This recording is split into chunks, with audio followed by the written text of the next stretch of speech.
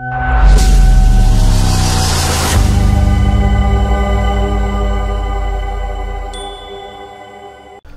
News flash के विशेष कार्यक्रम खास मुलाकात में आपका स्वागत है। आपके साथ मैं हूं दुर्गेशन भटनागर। आज जो शख्सियत हमारे साथ स्टूडियो में है उनका तारुफ आप लोगों से पहले करवा दूं। आज हमारे साथ शीला सुखदेव सिंह घुघामेणी जी हैं। ये श्री राष्ट्रीय राजपूत करणी सेना की कार्यकारी अध्यक्ष हैं। आज जानने की कोशिश करेंगे कि सामाजिक संगठन क्या राजनीति में जाएगा या किस तरीके से आगे की कार्य योजना रहेगी, उसके बारे में जरा हम जानने की कोशिश करेंगे और संगठन किस तरीके से अब दर बदर आगे बढ़ता जाएगा उसके लिए। शीला जी, आपका बहुत बहुत स्वागत है हमारे इस कार्यक्रम में। धन्यवाद सर, आपका बहुत बहुत। सबसे बड़ी जो बात सुखदेव जी के जाने के बाद जी, कितना चेंज हुआ राष्ट्रीय करणी सेना और कितनी चेंज हुई आपकी जिंदगी? देखिए, चेंज होने को तो मैं आपको बता दूं कि चेंज तो जब ये हमने बात सुनी थी ना 5 तारीख को, उसी दिन से लगातार हमारी लाइफ में चेंजेस तो आते रहे। लेकिन वो कहते हैं ना कि एक आदमी के टूटने के बाद उसका जुड़ने का टाइम भी आता है। तो हम 5 दिसंबर को तो टूटे, सभी टूट गए थे, परिवार हो या अदर कोई भी हो, क्योंकि समाज जितना बड़ा है उतने ही उन्होंने 36 कौम के भाइयों को अपनाया था। मैं आज आपको बता दूं कि उन्होंने कभी किसी के साथ भेदभाव नहीं किया। वो सर्व समाज को साथ लेकर के चलते थे। सभी को, जितने भी लोग होते थे, कोई भी अन्याय की, अत्याचार की, जब भी कोई लड़ाई आती थी तो वो बिना कहे वहाँ पे पहुँच जाते थे और सबको न्याय दिलाने के लिए तब तक वहाँ डटे रहते थे जब तक उनको न्याय नहीं मिलता था। तो चेंज कहने को तो आप यही कह लीजिए कि हम जीरो पे आकर के जीरो से स्टार्ट करने वाले हुए हैं। अभी आपको बता दूं कि करणी सेना में इतने नए लोग जुड़े हैं कि रोजाना पर डे मैं आपको बताती हूँ कि 100 से 200 लोग रोज आते हैं ज्वाइनिंग के लिए। तो ये चेंज होता रहता है और ये करणी सेना वही जो उनके आदर्श थे, उनके जो अधूरे कार्य थे, वो कार्य और अधूरापन आज भी करणी सेना पूरा करने के लिए तैयार है। जी शीला जी, एक चीज सबसे इम्पोर्टेंट है, करणी सेना के नाम पर बहुत सारे संगठन हो गए, एक कंफ्यूजन सा क्रिएट हो। तो क्या इन सारे संगठनों को क्या एक जगह, एक मंच पर लाने की कोई कोशिश है? क्योंकि समाज जो काम कर रहा है वो एक छत के नीचे काम करे तो ज़्यादा बलिष्ठ साथ काम कर सकता है, मजबूती के साथ काम कर सकता है। लेकिन क्या लगता है बहुत सारे संगठन हो गए, कंफ्यूजन सा क्रिएट हो रहा है। तो इस कंफ्यूजन को लेकर क्या कुछ समाज के तौर पर सामाजिक संगठनों के बीच में कहीं कोई एक बॉन्डिंग सी बन रही है या? देखिए, मैं आपको बता दूं कि करणी माता के नाम पे जितने भी संगठन बने हैं वो सब, हालांकि वो कार्य उनका सबका एक ही है, समाज सेवा, दबे कुचले लोगों को न्याय दिलवाना। और सब लोग मेरे ख्याल से तो कहीं भी अलग नहीं है, क्योंकि जब भी कोई लड़ाई आती है, कभी भी कोई भी मुद्दा आता है, तो सबसे पहले जितनी भी करणी सेना है सब इकट्ठी हो जाती हैं और कोई अलग नहीं होता। और जैसे आपको पता है कि देखिए, जब एक पेड़ लगाया जाता है, छोटा सा पेड़ बोया जाता है, तो उसकी बहुत सारी टहनियाँ निकलती हैं। वैसे ये करणी सेना भी है, इसकी बहुत सारी टहनियाँ फैली हैं, बहुत सारी शाखाएं बनी हैं और ये शाखाएं अलग अलग जरूर हैं, लेकिन जब वक्त आता है तो ये एक हो जाती हैं।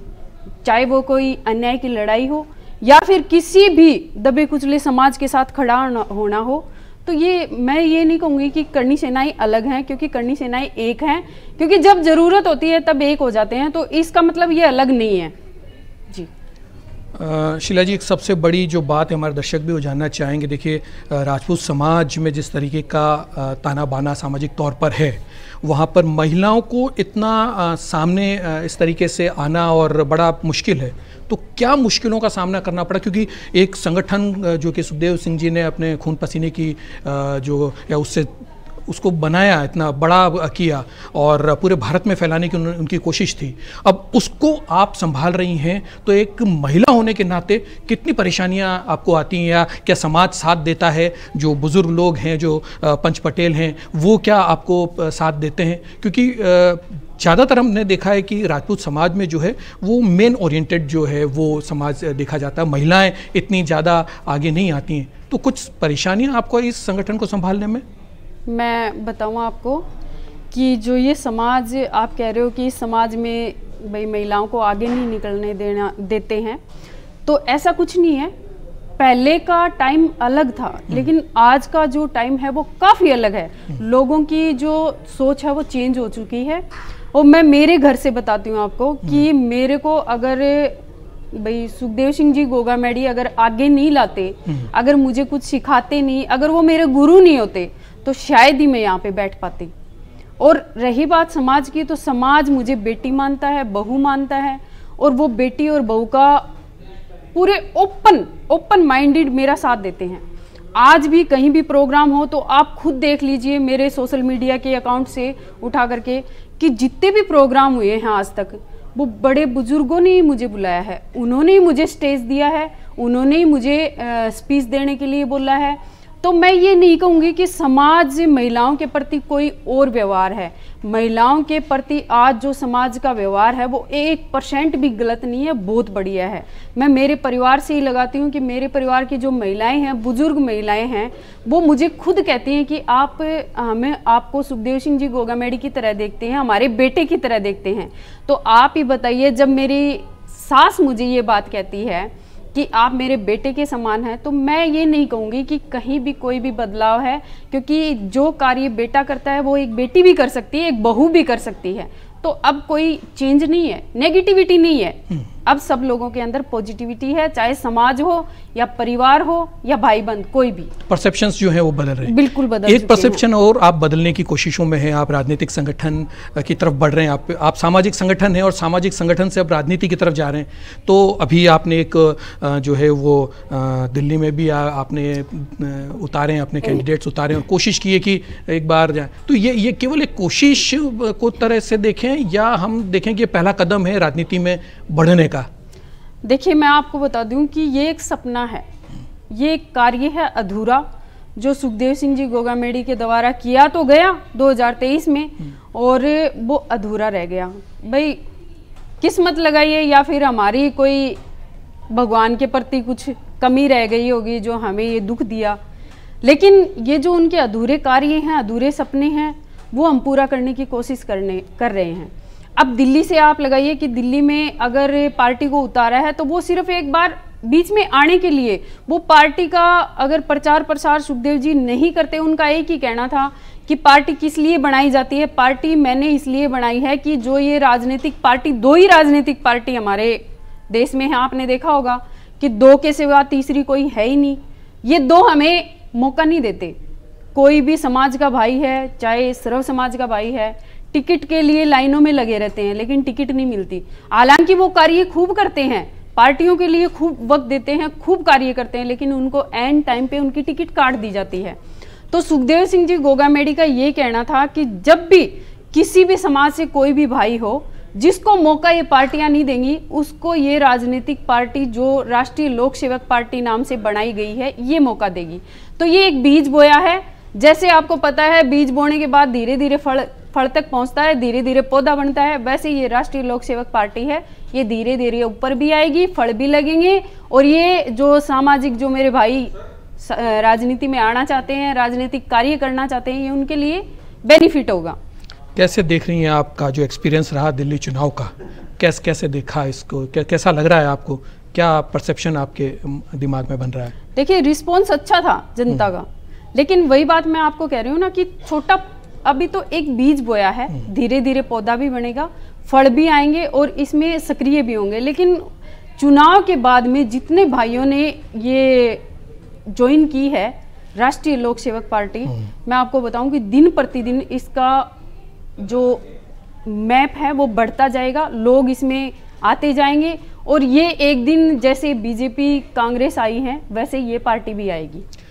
अब बिहार के चुनाव है, अक्टूबर नवंबर में मोस्ट प्रोबेबली माना जा रहा है कि ये चुनाव होने हैं। तो बिहार को लेकर कुछ है आपके दिमाग में कि जो हमारी जो ये राष्ट्रीय लोक सेवक पार्टी है, क्या ये वहाँ पार्टिसिपेट करेगी बिहार के चुनाव में? क्योंकि बिहार एक बहुत इंपॉर्टेंट स्टेट है, मतलब भारत की अगर राजनीति को देखें तो एक बहुत अच्छा आपके लिए होगा, क्योंकि आपने एक कदम बढ़ाई दिया है, दिल्ली के चुनाव का एक्सपीरियंस आपके पास है। तो क्या बिहार में भी आप लोग कोशिश करेंगे? जी बिल्कुल। देखिए, यहाँ से दिल्ली से मैं सीधा ही अपने जो भाई हैं जो इसमें कार्य करते हैं पार्टी में, मैंने उनको बोला है कि अब 2 मार्च को हम वहाँ बिहार में जा रहे हैं, क्योंकि 3 मार्च को हमारा करणी सेना का स्थापना दिवस है 9वां, तो हम वो धूमधाम से बिहार में मनाएंगे और वहीं पे जितने भी हमारे भाई हैं उनसे कांटेक्ट करेंगे और वहाँ पे भी पार्टी को उतारेंगे। तो ये तो कंफर्म है, जिसको राजनीति में भाग लेना है चाहे वो कोई भी भाई हो। अभी मैं आपको बता दूं, दिल्ली में जितने कैंडिडेट हमने उतारे 2, तो हमने उनको खुद खर्चा दे करके उनको चुनाव लड़ाया है, उनसे कुछ भी नहीं लिया। आगे भी अगर हमारी यही पॉलिसी रही तो हम खुद लगाएंगे, उनको कुछ नहीं लगाने देंगे, लेकिन मौका सबको देंगे। बिहार राजनीतिक तौर पर शीला जी देखें तो बिहार में कई पार्टियां हैं, कई क्षेत्रीय पार्टियां हैं।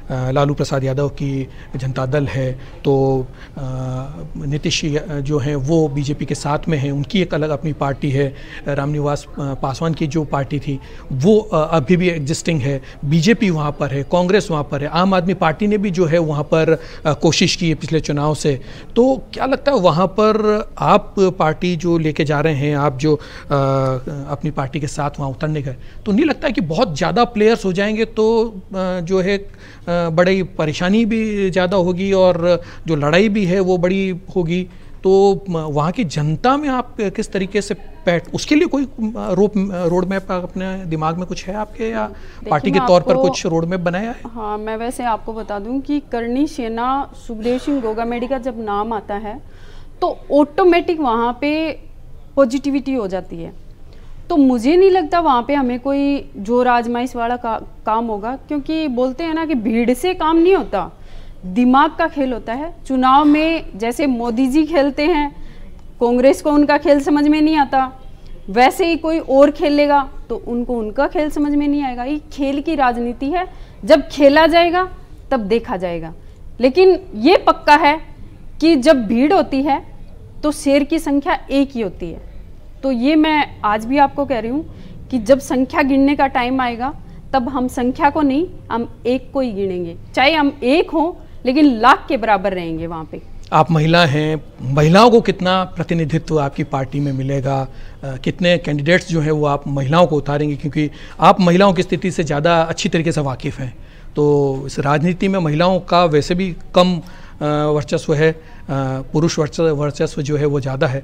तो महिलाओं को लेकर महिलाएं आपसे कितनी उम्मीद रखें कि वो जो हैं वो आपकी पार्टी से टिकट पर लड़ेंगी वहाँ? देखिए, जो बहन लड़ना चाहती है उनको सोचने की ज़रूरत नहीं है। मैं ये कहती हूँ कि आप लोगों को मैंने अपने ऑफिशियल पेज से हमेशा नंबर दिए हैं, आप मुझे कांटेक्ट कीजिए, चाहे कितनी भी लेडीज हो, अगर चुनाव लड़ना चाहती हैं और अगर भागीदारी अपनी लोकतंत्र में देना चाहती हैं तो निसंकोच चाहिए। आपके साथ आपकी बहन खड़ी है, जब तक जिंदा हैं तब तक आप लोगों के साथ हैं, चाहे राजनीति हो या फिर कोई भी प्लेटफॉर्म हो, अन्याय अत्याचार हो, कहीं भी हो, हमेशा आप लोगों के साथ खड़े रहेंगे। अब एक थोड़ा सा राजनीति से हटके सवाल, क्योंकि आप महिला हैं, घर को और सामाजिक संगठन को, राजनीतिक संगठन को, तीन जिम्मेदारियां आपके ऊपर हैं, कैसे इनमें सामंजस्य बिठा पाती हैं? देखिए, अब तो क्या ही बताऊं कि मैं अब तो अपने आप को एक महिला नहीं, एक पुरुष की तरह ही देखने लगी हूं, क्योंकि जब जिम्मेदारियां बढ़ती हैं तो महिला पुरुष में कन्वर्ट हो जाती है। तो अभी मेरी जिम्मेदारियां भी बढ़ी, कार्य भी बढ़े, बच्चों की जिम्मेदारियां बढ़ी, क्योंकि पहले तो सिर्फ मेरे को बच्चे संभालने होते थे, लेकिन अब मुझे घर से बाहर कार्य भी करना होता है, संगठन भी संभालना होता है, पार्टी को भी थोड़ा टाइम देना पड़ता है और घर को भी टाइम देना पड़ता है। लेकिन जैसे तैसे करके परिवार के साथ सहयोग से, मेरा परिवार है, सब सपोर्टिव है, चाहे ससुराल हो या फिर मायका हो, सब मेरे साथ रहते हैं, हम आपस में मिलजुल के कार्य कर लेते हैं। अभी मैं आपको बताऊं कि घर पे माँ है, सास है, देवरानी है, सब लोग घर पे हैं, तो मुझे इतनी दिक्कत नहीं आती। वो लोग घर का संभालते हैं, मैं बाहर का संभाल लेती हूँ। तो आप लोगों में मतलब कुल मिला के ये हो गया कि आपको जो एक ध्वजा पकड़ा दी गई है कि पार्टी और संगठन जो है वो आपको देखना है। हमारा भी आपको बहुत बहुत शुभकामनाएं कि आपकी पार्टी बहुत आगे बढ़े और सामाजिक तौर पे जो आप काम कर रहे हैं वो राजनीतिक तौर में भी दिखे और लोगों को जो आप सर्व समाज को लेकर आगे बढ़ना चाह रहे हैं उसके लिए हमारी भी बहुत बहुत शुभकामनाएं हैं। तो ये थी शीला सुखदेव सिंह गोगामेडी, जो कि कार्यकारी अध्यक्ष हैं श्री राष्ट्रीय राजपूत करणी सेना की, और एक ध्वजा लेकर एक सामाजिक संगठन के साथ साथ राजनीतिक संगठन की भी ध्वजा लेकर आगे बढ़ रही हैं। इनको बहुत बहुत हमारी तरफ से शुक्रिया, और आपने हमको टाइम दिया उसके लिए भी बहुत बहुत शुक्रिया, आपका बहुत बहुत धन्यवाद। तो आज के इस कार्यक्रम में इतना ही, फिर एक नई शख्सियत के साथ हम फिर मुलाकात करेंगे। तब तक के लिए दीजिए इजाज़त। नमस्कार।